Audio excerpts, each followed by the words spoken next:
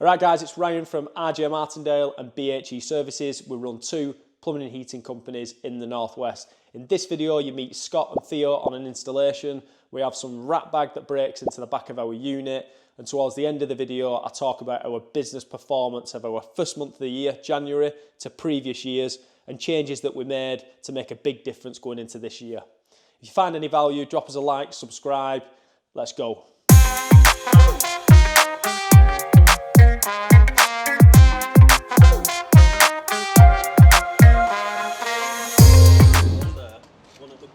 They're 22, so they're mass heating too. Just do a little, you want to solder a little piece of 22 on? Yeah. And then put them in, so you're not soldering there. Yeah, yeah. That's for the top though, isn't it? Yeah, the top and the bottom. Them two are 22.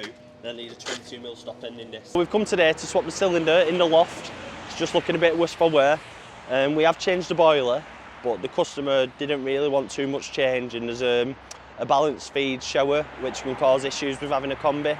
So we've just gone for the easier option for the customer, as in swap a floor standing boiler for a Baxi 600 where we can have rear entry flue, which means we can get it through the wall but under the worktop.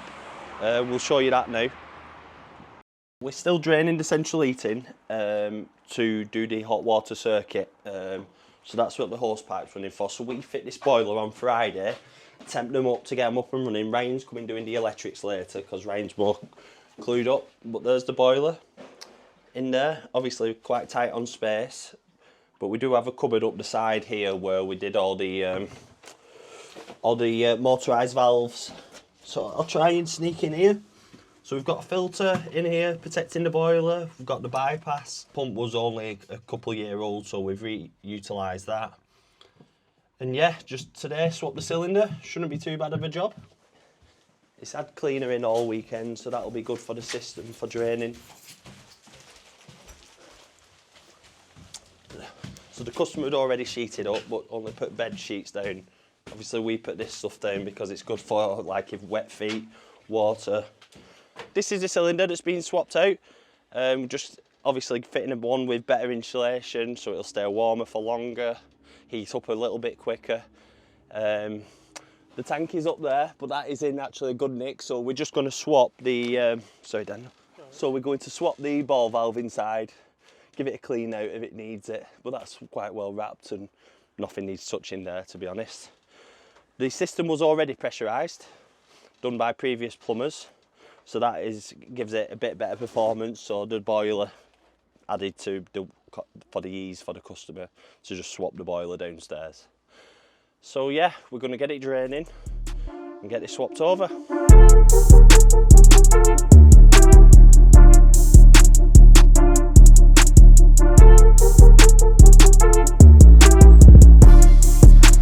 Pipe doesn't keep dripping when I cut into it, so if I suck it out a bit it'll stop going everywhere. No drain off on the tank at the minute, so you do what's called siphoning. So that's going to go all the way to the bottom of the tank. Pull this up there, pal. That's in. That's in, it's ready to go. I just knew it weren't long enough. Oh, you're connecting it in? Yeah, I'm going to have to.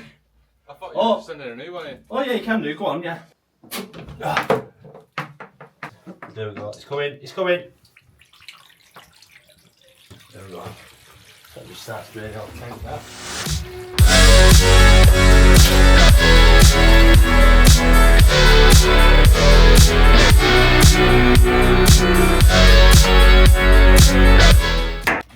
Let's get this bad boy out. So there shouldn't be any sludge or anything here, Theo. Right, okay. Because I put that blank on. Can I just straighten out on them? Yeah.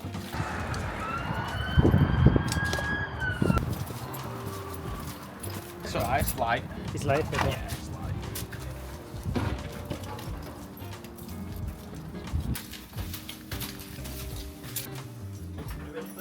Yeah.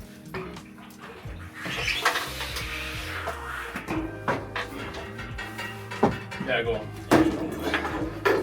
Yeah. No,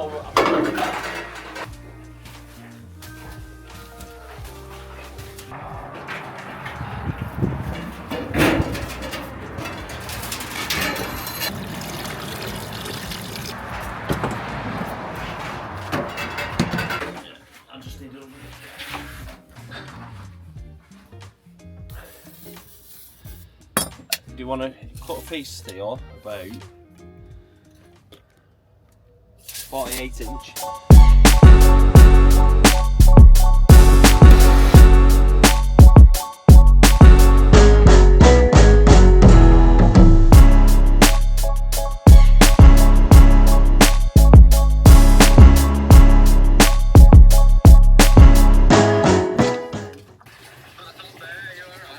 I think so, let's have a look. No drips. Yeah, good. Get this in here. Just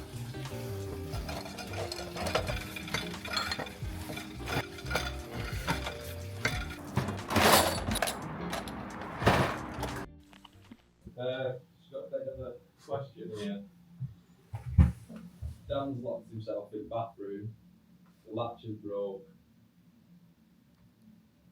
You know, when you turn the handle, yeah, it's not pulling the latch back. I took the handle off, it's not broke inside. Yeah. I spoke to the customer, she's like, Yeah, it's all this what's disintegrated. Yeah, because all that looks alright. Yeah, sound. Cheers, pal. Scott's off to go and get another latch now because Dan cameraman somehow has locked himself in the bathroom while getting some footage of the cylinder. So he's been in there an hour. I've just been in Bromley Cross, but my customer, I couldn't get into my customer's house, and Theo's rang me panicking saying he's locked in the bathroom. So I've managed to prise him out, but the actual mechanism and the insides failed. So Scott's going to shoot off to Axford's now, and then I can use the same door handles because, as you can see, they're all older brass door handles. But I've come to finish the S-plan. The wiring for the new cylinder and the boiler. But yeah, it's not an installation we'd normally do really. We'd convert a floor standing boiler into a combi, but everything's like really old in the house. We've got a vented cylinder upstairs, we've got a gravity fed shower. Our customer's in her 80s, so she don't want to go through the aggravation of changing the shower and everything else that comes with fitting a combi. And we've not really got any wall space. One option would have been to take this cupboard down, but we've done a couple of these over the last 12 months, probably done 3 or 4, where we removed the floor standing boiler and install a rear entry flue boiler. So that'd be backsit or glowworm. So instead of the flue coming off the top, where we've just not got the space, we've gone rear entry and we can get it in there. And it is just enough for servicing. But the actual S-plan, the valves and the kit is just round the corner there. Our customer though, the one issue that you have got when you converting from floor standing, pumped heating, gravity hot water, there's no cylinder thermostat. She just had a room stat. We've got to convert that to fully pumped and then independent control over heating and hot water. It's a bit difficult to run a cable for the cylinder start, so I'm going to go wireless, EPH wireless cylinder start and a wireless room thermostat. Now, EPH do a programmer, an RF programmer, so you can just connect a cylinder start and a room start to the actual programmer itself, but the cylinder start that they've brought me is the wrong one. Yeah, so what they've actually sent me is a standalone wireless cylinder thermostat. So that means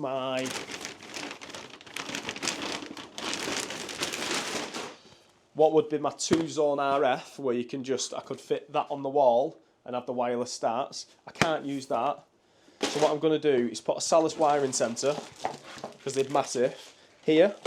I'm going to cover that completely, and then I'm going to put my receiver units onto this, mount the receiver units. I'm going to do a separate room thermostat for the heating motorised valve, and then my wireless cylinder start to the other. I can fit that there and then send the pipework. I think we've managed to fish a cable, a 5-core from here to the inside, and then everything's sound. Another issue or risk that you can have when you're converting from a floor standing boiler to whether it's a combi or a system boiler is putting it under pressure. But this system has already been pressurised by a previous company a couple of years ago. So we know that we're not going to have, well, we shouldn't have any issues with the rads. It's pressurised, but the hot water cylinder will be kept open then.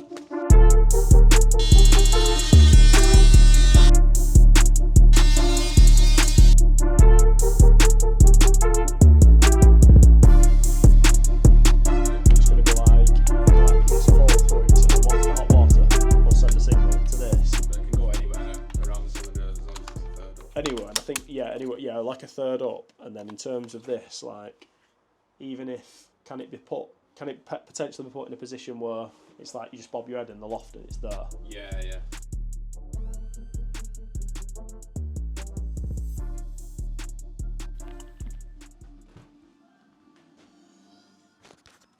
Sorry, pal. If the winds took the panel out, or someone's booted it in. All right. Where's that? You know where the metal fencing is? Yeah. There was a board across there, it's down. Is it? Yeah, so you can just get through. Is it open at the minute? Yeah. Come on, let's go It's now. rotten, it looks rotten. Right. It's more than likely we were just got wind the other day. Yeah. Did it at the bottom or the winds took it, but Ah, right. you should be straight in there. Oh shit, yeah. Jeez. It'd just be screwed up to that, wouldn't it? Oh no, look, they've been having stuff out. Oh my god, yeah. Took Yeah. anything with fucking bit of copper on, haven't they? Yeah. Fuck's sake. Yeah, well, they've not actually took it, have they? So they've just left it there.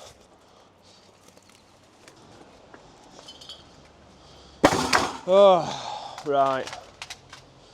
I need to get all this stuff just get it all shifted ASAP, and then we need to sort this out. There is 2 sheets of ply in there. Is there? Like half-inch ply. Let's get that ply out. Let's have a look at it.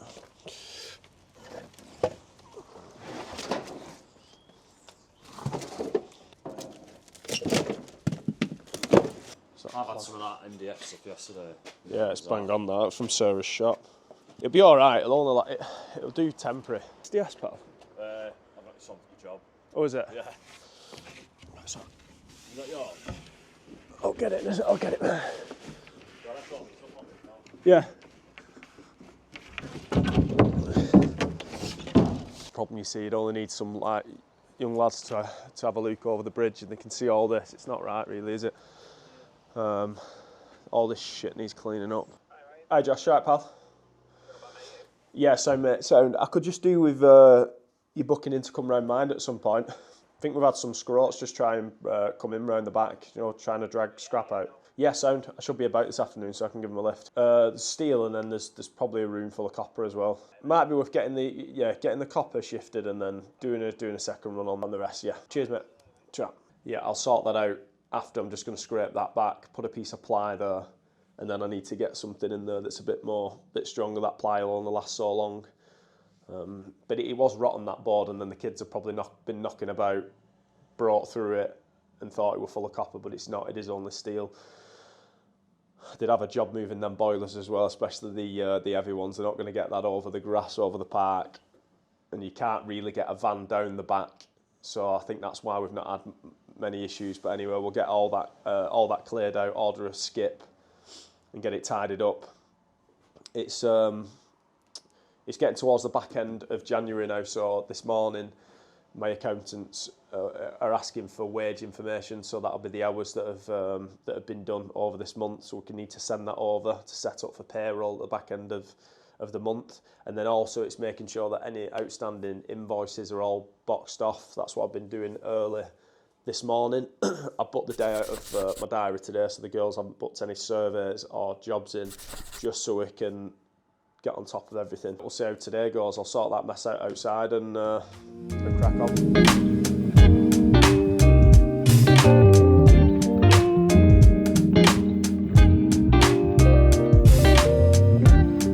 Right, I've managed to sort that out, or temporary sort that mess out at the back. I've made it somewhat secure with the stuff that I had in the office, piece of ply there, and I had some through bolts, big through bolts, which I got a decent fixing into the brick, and some like 3-inch 10s which I've screwed from the inside. It's actually pulled it all tight together, so that'll be fine. I mean, if scroats want to get in, they can get in, but I just don't want it so open where they can just walk straight through and wander around. I'm going to adjust the camera on the back so it picks up the light, so the light kicks in sooner. And what's crazy about that is I saw the lad in the morning. So when I was walking the dogs at 6:15, it forks off, the path forks off, and I saw a lad with his hood up, and I'm always like clocking who's about, as you do. And I went one way and he went the other. and as we passed what would be the AstroTurf, if you will, where the park is, it joins back again, and I didn't see the lad. Unbeknown to me, he dropped down into the grass section and then gone to the back of the office, and you can see on the CCTV he comes in, grabs a cylinder, goes out, and in the time he goes out I actually walk past the bridge at 6:30 in the morning. So then when he comes back in, I must have been walking towards the office, the lights come on the CCTV, and he's decided to leave. So I can't believe I actually seen that lad. What's the chances of that? But anyway, that's just lost me 2 hours of time, an hour and a half messing about with that, when I should be catching up on some work. But I have got a bit closer with our invoicing. I've now left the office because I get distracted, and I'm going to a coffee shop. I'd either go to my house to get work done or to a coffee shop, but I can easily get distracted at my house, so it's the coffee shop. I can just crack on for a couple of hours, and then I'll be back to the office this afternoon. I've got to meet the scrap lads that are clearing out all the scrap that's there, and then I'll box off any outstanding tasks with the girls, and then we're straight, because I'm back on the tools Wednesday, Thursday, Friday. I plan to be off on the Friday, but I've needed to send Dan out to do a boiler. I've pulled Pete in early, so he's supposed to start, Pete, our new starter, next week, and I've said, can you come in on Thursday, straight in at the deep end on a conversion with Dan, just to get these boilers in. So that means Wednesday, Thursday, Friday I'm back out on the tools, and Saturday morning I'm surveying. So I've got to make sure by the end of play today, work is straight. Alright guys, so we're at the end of the month now, the end of January, first month of the year, and I thought I'd give you a bit of an update on how we've performed this month compared to the previous years. We did start off this month with a bit of a ropey start. I was sick at the start of the year, but regardless of that, all the engineers had jobs booked in, and they were flying. It was just me that was a little bit rough. We did have the issue with the commercial job where we undersized the boiler, so we needed to install a second boiler at our cost, which would have made our figures quite a bit higher actually if it was priced correctly and we didn't have the issue. We would have been better again. But that being said, we did make some big changes from the previous years, and it's made a big difference to our first month of the year, which gives you a good head start for the rest of the year. So if I give you an idea, 22 was actually quite a big increase from 21. That's where we're really starting to push on marketing, and specifically to boilers, and we was making some big changes. But then we had a good, great improvement in 23, and then 23 to 24 we stayed pretty much exactly the same, within a few £100. The changes that I made coming into 25, which made us jump from 97k all the way up to 135, and to be honest, I've not finished all invoicing. This is going to be over 140 grand plus VAT. These are excluding VAT. So big increase here. The difference from January last year to this year is between 40 and, but to be honest, by the time I finished, 45% improvement. And our gross profit at this point is higher as well. That's between 40 and 45, it's about 42%. I just wanted to jump in because I always used to calculate my gross profit incorrect up until the last 12 to 18 months. And when you really start getting an understanding of your P&L, the gross profit is super important, especially when you're trying to push on, grow the business and get a better understanding of how it's performing. Your gross profit, you want to be pushing that figure as high as you can, and the percentage wants to be improving on previous years, previous months. Okay, gross profit, in my opinion, should be calculated this way. So you've got your total sales at the top, total cost of invoices that you've sent out to customers. On an accounting software, it will show that figure excluding VAT. After that figure, you've then got all your suppliers that are coming off that. So sales at the top minus suppliers, which would be, in our case, Plumb Factory, Plumb Base, Sankey's, Screwfix, Tool Station, whoever you're dealing with, that figure will come off there. You've then got subcontractors. So in our case, we outsource electricians and drainage at the minute. that will come off that figure. And then the mistake that I used to make is I used to think that after the suppliers, that was my gross profit, and my engineers sit in my overhead cost. They don't sit in your overhead cost. Your engineers that are out on the field, that are creating invoices, doing jobs, they are your product in the service and trades industry. They sit underneath with your suppliers. So that's engineers. Now within your overhead cost, so if we just go back a step, suppliers, engineers, subcontractors, minus the total sales, that's your gross profit figure, and that is where you work the percentage out.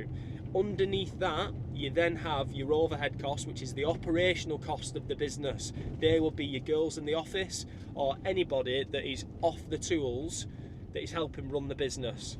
Okay, so that would sit underneath there as an overhead, along with fuel, marketing, day-to-day running of the business, whether it be your phones, Wi-Fi, office.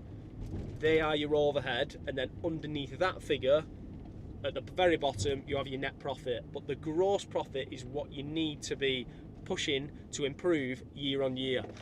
And our gross profit now from previous years, we're sitting between 40 and 45%. I'd love that to be around 50% after engineers' wages. So then you've much more fat in the game for marketing spend, vans, team in the office, all of that. If your gross profit is too low, the percentage is too low, by the time you get to the overhead, you get to your net profit and there's nothing left. And you sit in the paying wages category, which you do not want to be in that. It's a dangerous place to be, especially when you've got multiple engineers, vans, bigger team. Hope that makes sense. But the big change that I made from 25 to 24, from 24 to 25, is not going into the year at a dead start. I mentioned it last year. We only did 10 boilers in January, fitted 10 boilers. Whereas this year, I made sure that we carried some of the boilers from December into January, and it's all right saying that, but you've got to have the work there, but I was preparing myself for it, and me personally didn't have too much downtime over Christmas, which to be fair did catch up with me, but I needed to make sure my engineers hit the ground running going into January. So we carried 8 boilers from December going into January, so they were cracking on with them, and then as soon as I was okay, I was surveying, and that made a massive difference. An additional, like again, 40% improvement. It's massive.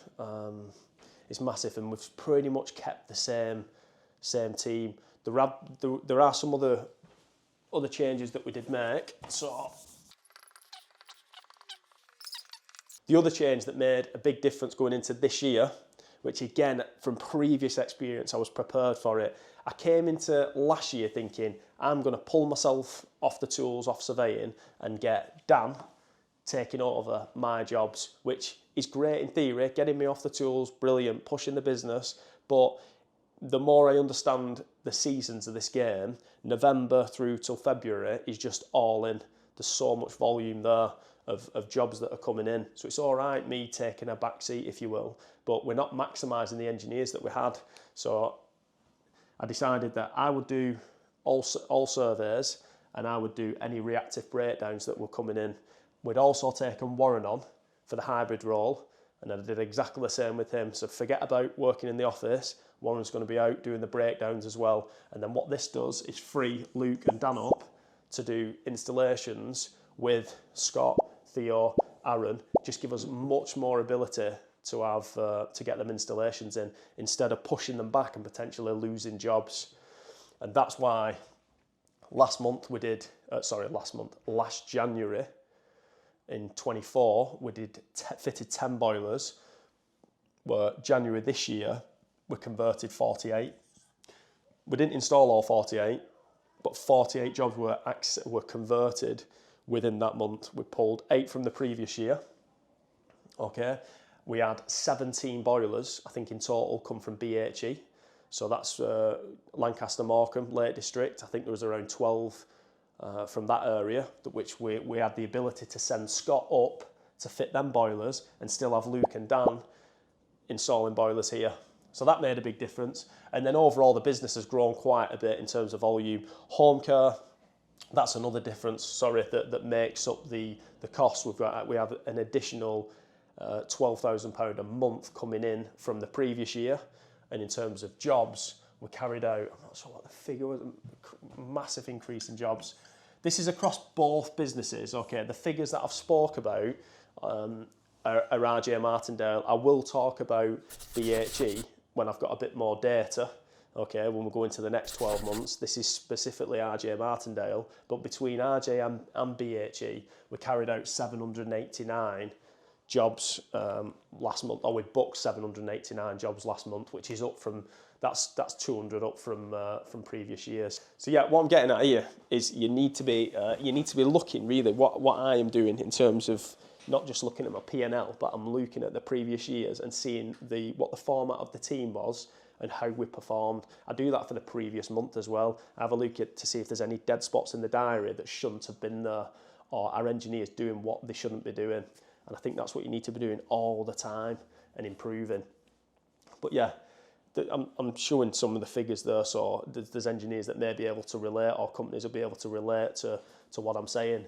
I know I'd have loved to have been able to see another business explaining what we're showing like 4 or 5 years ago. So yeah, headfirst now into January. Pete has started today. Okay, he did a bit of a day last week to help us out, but he started now full time in the first week of January. So we've got another engineer to work with, which will be good. I've got Theo very close to being fully qualified. He's in a van, but we need him with his gas safe and sorted, and we're ready for this year. And I did say that I'd be looking to potentially take another engineer on in September. But I mean, I'm going to start marketing for new engineers right now. I'm going to have an approach this year where I'm looking for new engineers, new talent all year round, and just have conversations with different engineers. Because if there is someone that I feel is a right fit for us, then I'll make it happen in terms of bringing them on. So yeah. Anyway, if you found any value in this video, like, subscribe, and I'll see you next week.